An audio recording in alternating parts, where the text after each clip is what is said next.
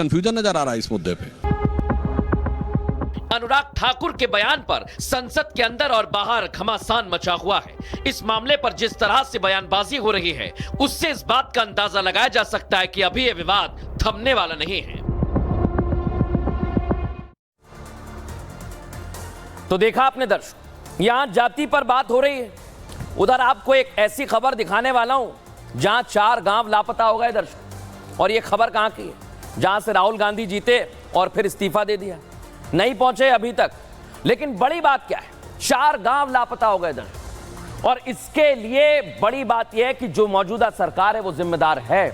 ऐसा मैं क्यों कह रहा हूं दर्शकों, एक एक बात आपको बताता हूं। केरल के वायनाड में लैंडस्लाइड हुई और कई गांव बह गए। देखिए आप तस्वीरें, सिर्फ तस्वीरें देखिए, चारों तरफ हाहाकार मचा हुआ है। इन हालात में रेस्क्यू ऑपरेशन तेज कर दिया गया है। इसके बावजूद अब तक 158 लोगों की मौत हो चुकी है। 500 लोग शरणार्थी कैंप में रखे गए हैं। आर्मी, एयरफोर्स इस मुश्किल घड़ी में वहां पर डटी हुई है। नेवी की मेडिकल टीम वहां मौजूद है। हेलीकॉप्टर से लोगों का रेस्क्यू किया जा रहा है, देखिए जरा। लेकिन लगातार हो रही बारिश के बाद रेस्क्यू में बहुत दिक्कत आ रही है। लेकिन बड़ी हैरत की बात है दर्शकों कि वायनाड के सांसद राहुल गांधी, जो एक बार नहीं कई बार जीते, वो अपनी जनता का हाल लेने नहीं पहुंचे। वहां झांका तक नहीं। दौरे की चर्चाएं जरूर हो रही थी, राहुल और प्रियंका वाड्रा वहां जाएंगे, लेकिन ऐन वक्त पर दौरा रद्द हो गया। इस बीच गृह मंत्री अमित शाह ने राज्यसभा में यह मुद्दा उठाया और उन्होंने कहा कि इस घटना में जितने भी लोगों की जान गई है, उनके परिवार के साथ उनकी संवेदनाएं। अमित शाह ने आज संसद में यह भी दावा किया कि पिनरई विजयन सरकार, केरल की सरकार को 23 जुलाई को संभावित भूस्खलन के बारे में 1 सप्ताह पहले ही केंद्र सरकार ने चेतावनी दी थी। उन्होंने आगे बताया कि केरल में एनडीआरएफ की 9 टीमें पहले ही भेज दी गई थी, लेकिन केरल सरकार ने वक्त रहते लोगों को नहीं निकाला वहां से।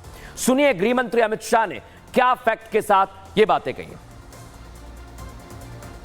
मैं सदन के सामने स्पष्टता करना चाहता हूं, 23 जुलाई को केरल सरकार को अर्ली वार्निंग भारत सरकार की ओर से दी गई थी। 23 जुलाई को, 23 तारीख को ही मेरे ही अनुमोदन से 9 एनडीआरएफ की टीमें केरल के लिए रवाना हो गई थी कि वहां लैंडस्लाइड आ सकता है। भारत सरकार ने 9 एनडीआरएफ की टीमें विमान से वहां भेजी। मैं पूछ सकता हूं मान्यवर, इतना मुझे पूछते हैं सारे लोग, केरल सरकार ने क्या किया? सरकारों को इस दिशा में सोचना चाहिए, क्योंकि बारिश का मौसम है और हादसा कहीं भी हो सकता है। फिलहाल न्यूज का एक्स्ट्रा में इतना ही। कल फिर हाजिर होंगे रोचक और जानकारी भरी खबरों के साथ। नमस्कार।